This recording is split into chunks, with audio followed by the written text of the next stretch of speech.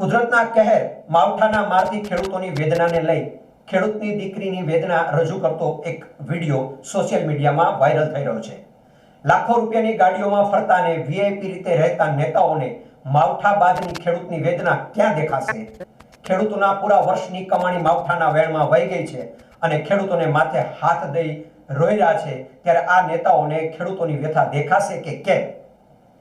ખેડૂત સરકારની નથી ચાલતા, ખેડૂત સરકારથી નથી ચાલતા, પણ સરકાર ખેડૂતથી ચાલે છે, ત્યારે આ નેતાઓ ખેડૂતોને વધુ નહીં પરંતુ દિલાસો તો આપે એવી વેદનાઓ રજૂ કરતા આ વિડીયો જોનારાની આંખમાં આંસુ આવી જાય છે। જોઈએ આપણે આ વિડીયો। વાહ કુદરત, એક તારી તો આશા હતી, તે પણ દગો દેવાનું શરૂ કરી દીધું। આ સ્ટ્રીટ લાઇટે સરકારને પાક નહોતો દેખાતો, એને આ ભર શિયાળે માવઠું ક્યાં દેખાવાનું?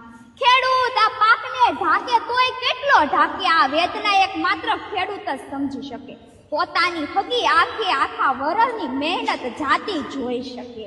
આ હકીકતમાં બે દર્દ હોય છે, આ કમોસમી વરસાદ। અમીર પકોડા ખાવાનું વિચારતો હોય અને ખેડૂત ઝેર।